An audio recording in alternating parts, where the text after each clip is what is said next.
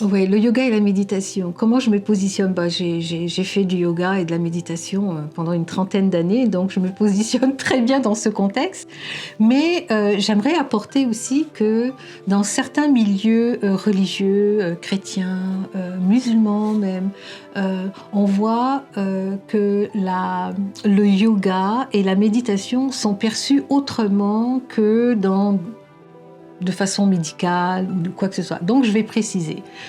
La méditation en elle-même, son origine, on voit que ça vient depuis des millénaires dans des régions telles qu'en Inde, telles qu'avec Bouddha, dans l'hindouisme, où la méditation, à la base, est un aspect qui permet aux chercheurs de vérité de se centrer et de s'élever au niveau de sa conscience, au niveau de sa spiritualité. D'accord ? Ça, c'est le concept qu'on comprend au niveau de la méditation. Par contre, le yoga aussi, qui vient de l'Inde, le yoga, dans certaines religions aussi, on voit que le yoga est considéré comme, certains vont dire satanique, certains vont dire c'est pas bon, ça invite des déités. Oui, dans la culture et dans l'enseignement de certaines voies du yoga, on fait appel à une posture d'une déité pour pouvoir octroyer, si on peut dire, les qualités de la déité ou permettre au corps de se régénérer ou quoi que ce soit. Je ne rentrerai pas trop dans les détails parce qu'on ne va pas en faire un grand débat, mais en même temps, j'aimerais apporter que le yoga, la méditation, malgré ses origines, ont un effet extraordinaire sur le corps. Qu'on soit religieux ou qu'on ne le soit pas, on voit que dans la méditation, aujourd'hui, en ce moment, la méditation, elle est conseillée au niveau médical. Elle est souvent donnée comme accompagnement de soins médicaux pour relaxer, pour permettre aux patients un mieux-être.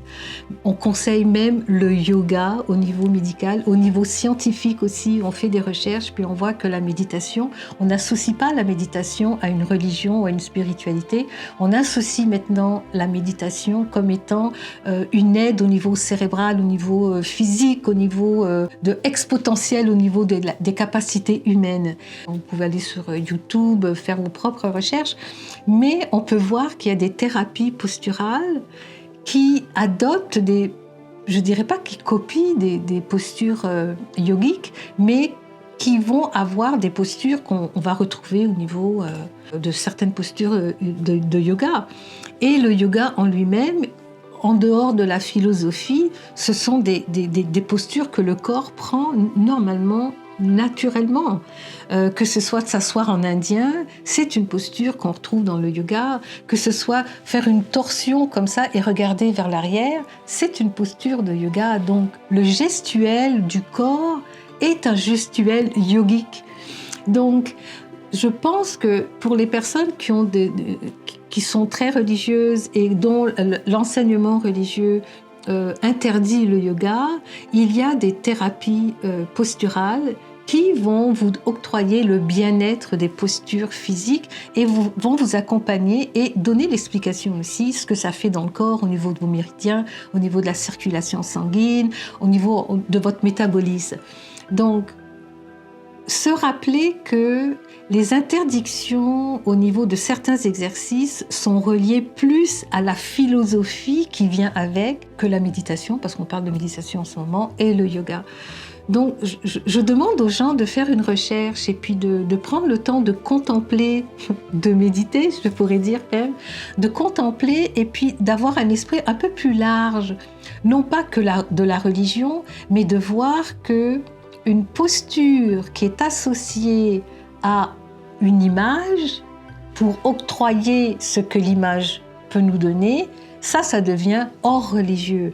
Mais une posture qui est octroyée parce qu'elle devient médicale pour une aide, un bien-être, une élévation de conscience, ça n'a pas du tout le même rapport. Donc voilà, c'est ce que je voulais dire vraiment aux gens qui s'empêchent à avoir les bienfaits d'une méditation et des exercices. On pourrait très bien ne pas dire yoga, mais on pourrait dire thérapie posturale. Alors voilà, alors faites des recherches. Prenez le temps de contempler et d'analyser par vous-même.